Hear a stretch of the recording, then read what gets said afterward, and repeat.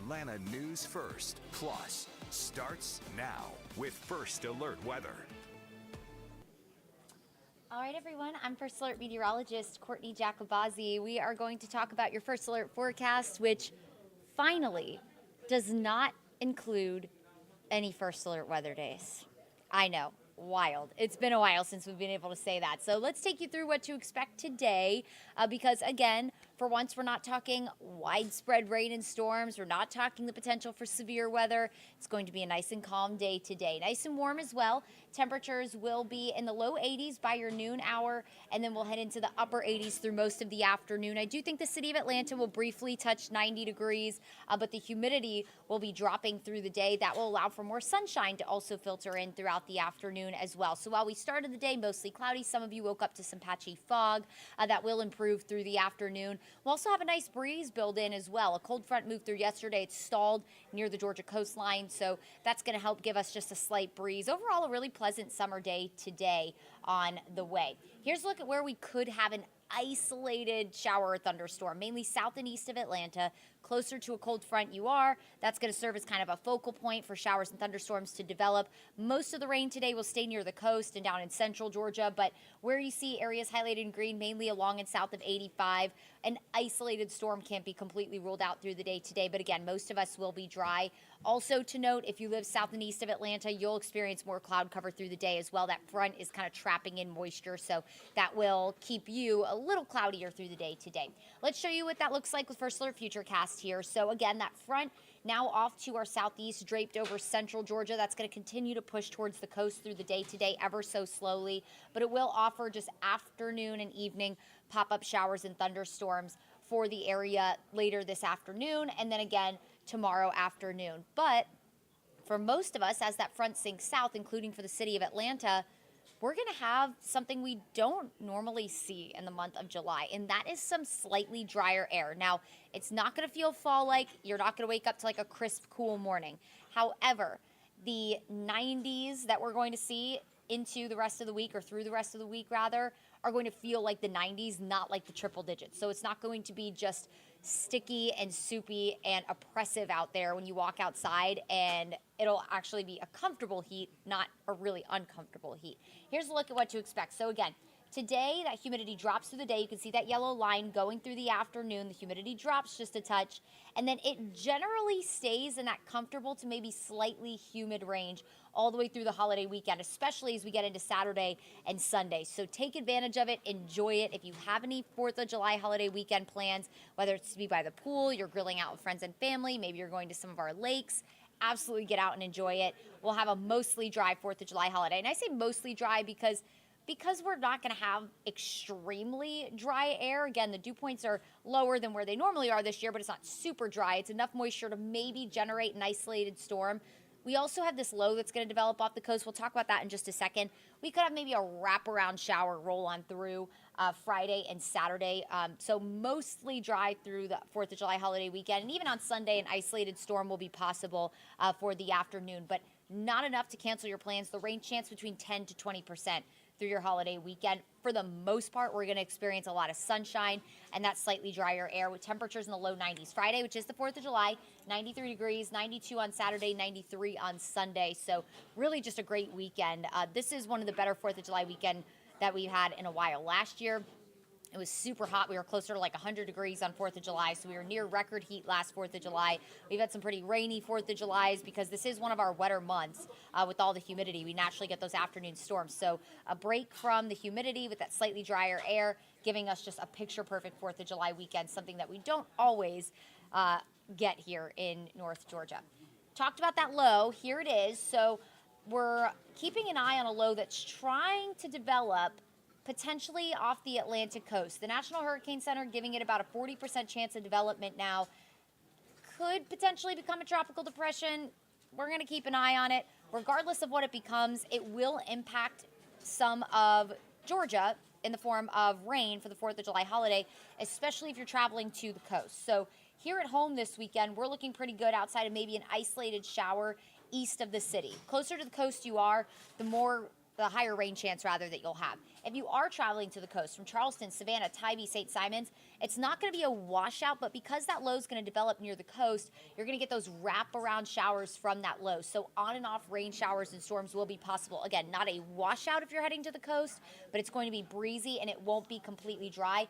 If you're heading to the Panhandle, it does look like Panama City Beach, the potential for maybe an isolated storm Saturday and Sunday. Destin, though, is far enough off to the west that I think Destin will be completely dry. So if you're headed to Pensacola or Destin, the forecast looks great for the 4th of July there. But if you're headed to the Georgia coastline, expect showers and storms. If you're headed anywhere along the East Coast, from Jacksonville down to Daytona, down to West Palm Beach, you will have the potential for on and off rain as well as that low continues to swirl over the Atlantic. If it becomes anything tropical, we'll let you know. Medium chance for development right now. Here's a look at that First Alert 7-day forecast. Again, no First Alert weather days. Mostly dry today outside of an isolated storm east of the city. Dry tomorrow, maybe a stray shower on Friday as well, so like 10% rain chance Thursday or Friday. Saturday looks completely dry, lots of sunshine, temperatures in the 90s for the rest of the 7-day forecast, very summer-like feel. And then as the humidity starts to return next week, we'll go back into that summer-like pattern with afternoon showers and storms possible going into next week. But overall, one of the drier stretches of weather we've had in a really long time. We will be super grateful for that. Okay, that is a check of your forecast. Now we need to get you all caught up on what's happening across the metro and North Georgia news-wise. So for that, we're going to bring in Atlanta News First anchor Brooks Baptiste, and he's going to get you caught up on what is happening across the metro. Brooks.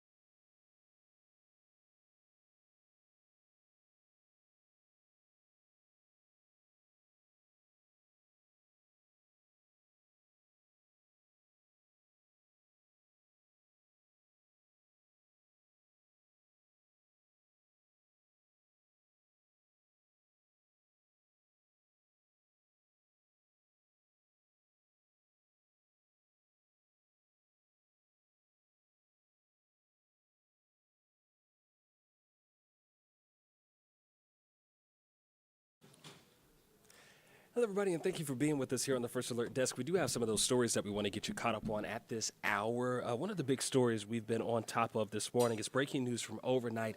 Talk about a very scary way for people to wake up this morning. There were several homes that were hit by gunshots in northwest Atlanta. Atlanta News First Blake Devine is live with the First Alert Breaking News Tracker with more on what has happened, and he's learning that a 12-year-old girl was injured. We're in the Center Hill neighborhood of northwest Atlanta. This is where neighbors were woken up by the sound of gunshots hitting their townhomes this morning. This all happened around 3 a.m. as 3 homes were hit.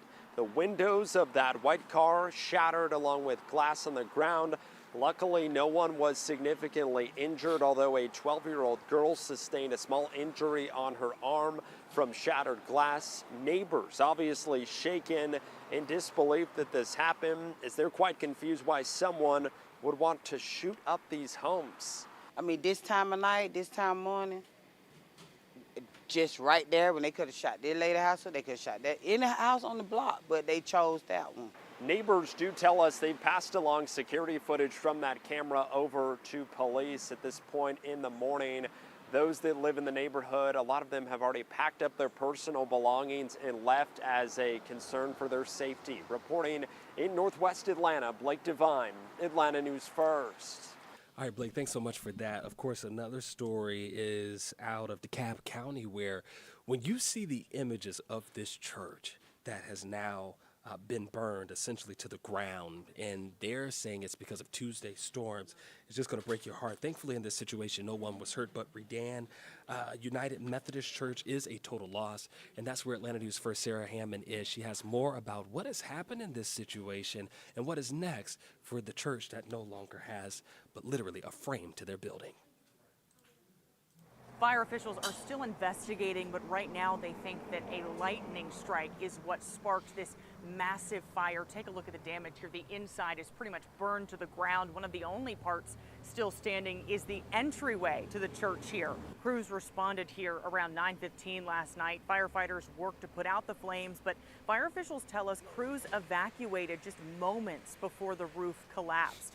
Pastor Kevin Days says he was at home with his wife when he got the call about the church he served for the last 7 years and was shocked when he saw it with his own eyes. He says this church has stood for over 100 years with a lot of emotions and memories tied to this place.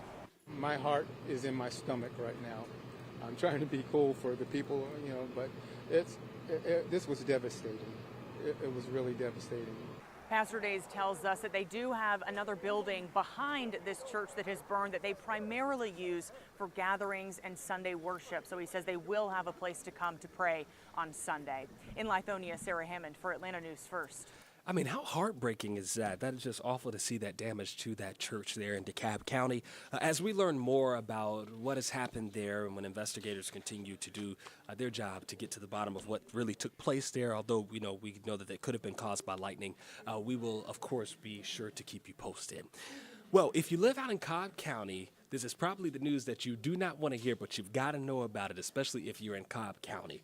We are learning that Austell is going to be a place where there's a proposal for a 158% tax increase for homeowners out there. So this would increase yearly tax on a home, let's say that's worth $300,000, by nearly $600. Now, you can weigh in about this. City leaders are holding 3 meetings. The first of those public hearings is going to be held next Monday, July 7th. The final hearing will be on Monday, July 14th. We'll keep you posted there.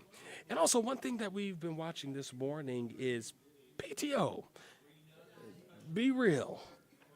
How much is, what companies offer and whatnot? That's probably one of the things that you think about, right, when you're trying to decide where you want to work.